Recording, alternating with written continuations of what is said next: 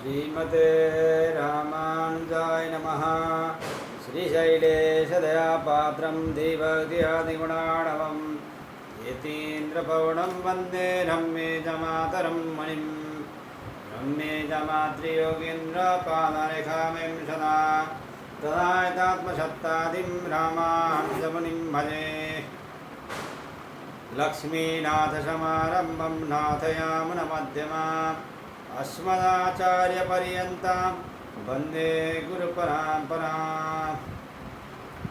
श्रीमच्छठारियतिराजकृपावलम्बं सौम्योपयन्त्रिगगणाद्रिमुनीन्द्रभक्तं वेदान्तयोगमिषधिकरणाप्रवीणं रामानुजं यतिवरं गुरुमाश्रयामः। श्रीमत्काश्यपवंशमद्य गगने श्रीचन्द्रवनभाषितं श्रीमद्वेङ्कटनाथसेवनरतं बाणाचलोपासकम् श्रीमदशोधनार्यकृपया सम्प्राप्य मन्त्रादिकं वन्देऽहं बुधवर्यमाधवगुरोः पादारविन्दं सदा। जय श्रीमन्नारायण। श्री संप्रदाय का श्री आचार्य श्री लालाचार्य स्वामी जी महाराज के विषय में संक्षिप्त सत्संग शुरू करने जा रहे हैं। जय श्रीमन्नारायण। श्री रामानुजाचार्य स्वामी जी के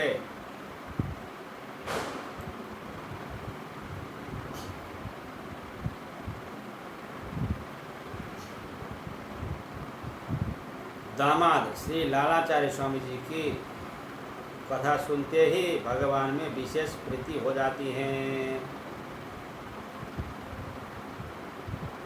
श्री रामानुज स्वामी जी का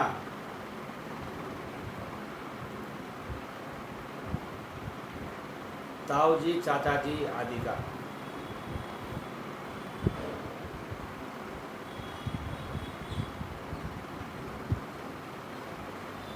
बेटियों के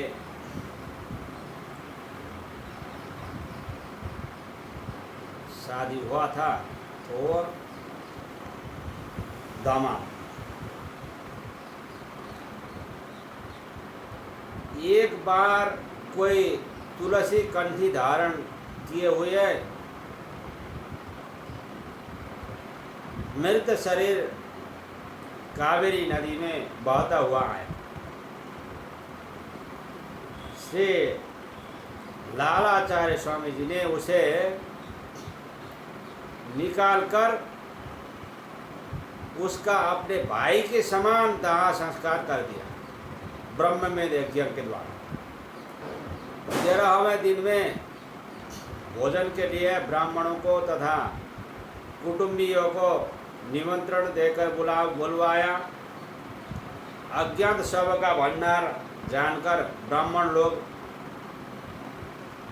नाग भौं सिकोड़ने लगे और भोजन करने कोई नहीं आया।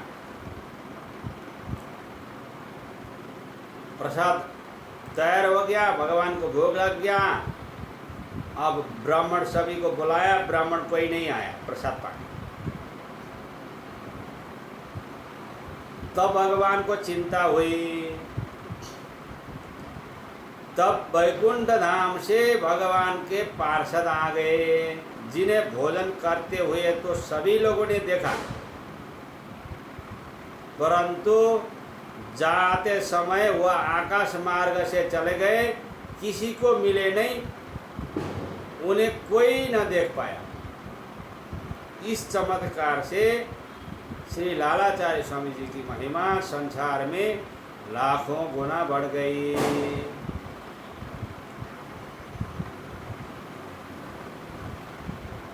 परम श्री वैष्णव संत श्री लालाचार्य स्वामी जी महाराज आचार्य रामानुज स्वामी जी के जमाता थे।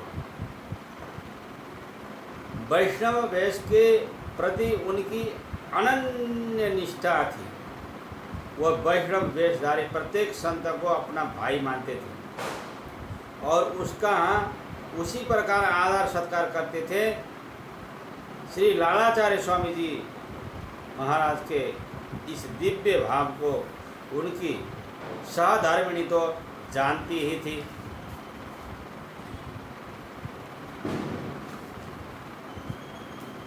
परंतु साधारण लोग भला इसे क्या समझे कि केवल तुलसी माला धारण करने मात्र से ही वैष्णव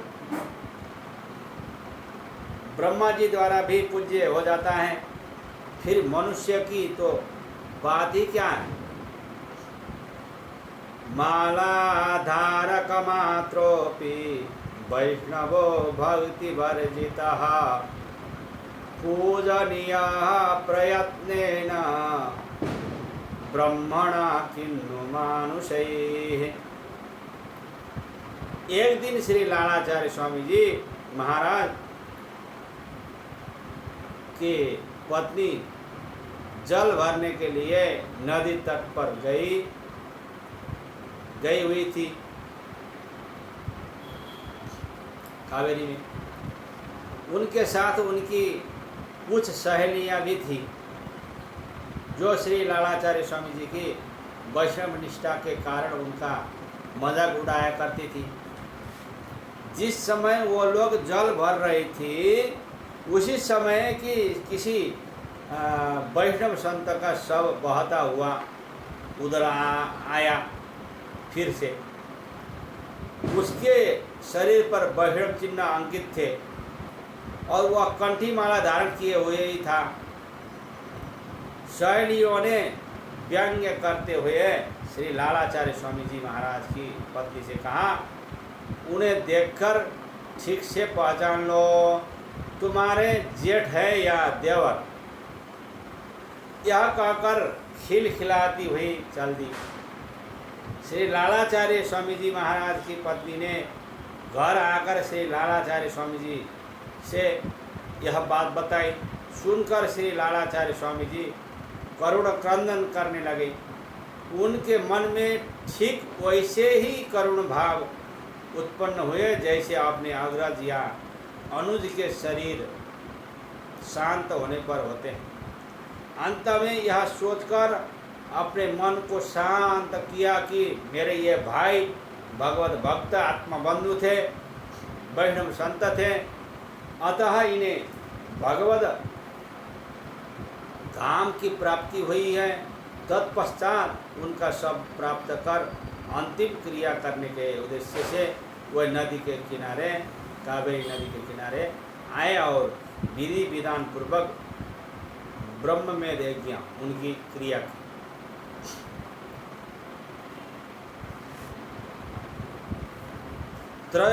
त्रयोदशा के दिन श्री लालाचार्य स्वामी जी ने उन वैष्णव संत के निमित्त ब्राह्मण भोजन का आयोजन किया और उसके हेतु स्थानीय ब्राह्मणों को आमंत्रण दिया, परंतु कोई भी ब्राह्मण उनके यहाँ भोजन करने न आया।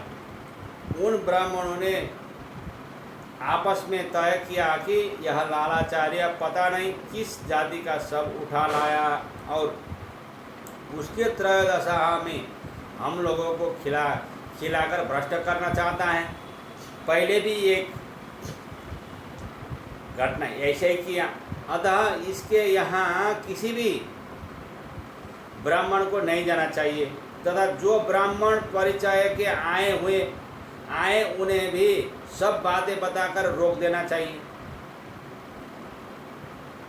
इस प्रकार से ब्राह्मण लोग में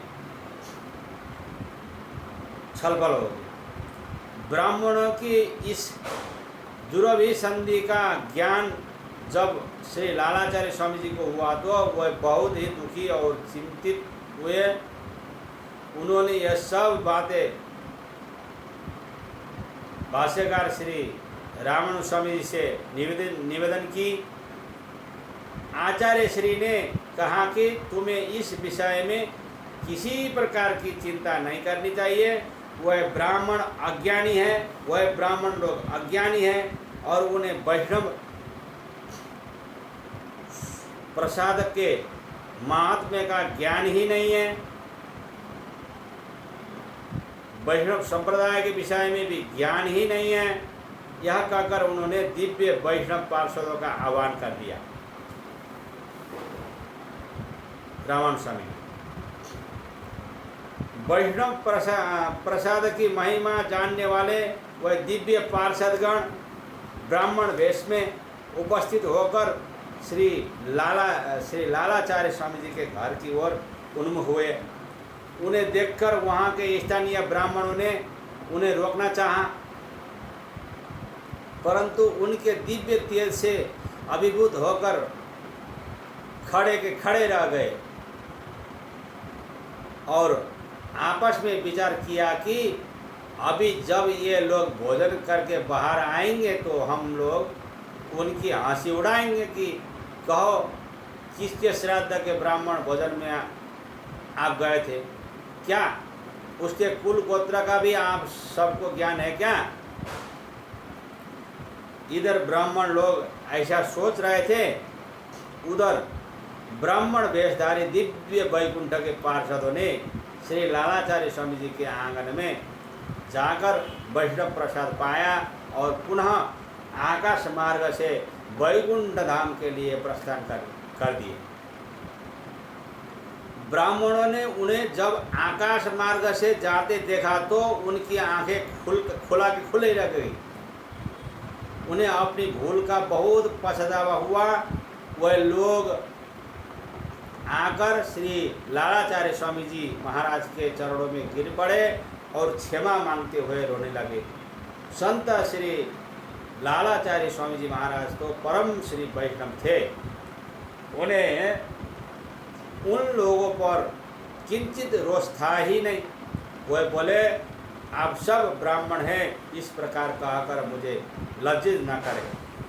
आप सबकी कृपा से मुझे आज दिव्य वैष्णव पार्षदों के दर्शन हुए, अतः मैं तो स्वयं आपका कृतज्ञ हूँ। ब्राह्मणों को अब श्री लालाचार्य स्वामी जी के साधुत्व और सिद्धित्व में रंच मात्र भी संदेह नहीं रहा गया। उन सब ने श्री लालाचार्य स्वामी जी का शिष्यत्व ग्रहण किया और श्री वैष्णव दीक्षा प्राप्त की। इस प्रकार से श्री लालाचार्य स्वामी जी महाराज के विषय में संक्षिप्त सत्संग पूरा वो होता है। जय श्रीमन्नारायण। अस्मद गुरु जाया जाया परम गुरु जाया जाया। अस्मद गुरु जाया जाया परम गुरु जाया जाया। श्री सर्व गुरु रामानुज जाया जाया। रामानुज जाया जाया। यतिपति जाया जाया। श्री धरणी धारा फणिपति जाया जाया। सठरी को जाया जाया। कारी सेनो जाया जाया।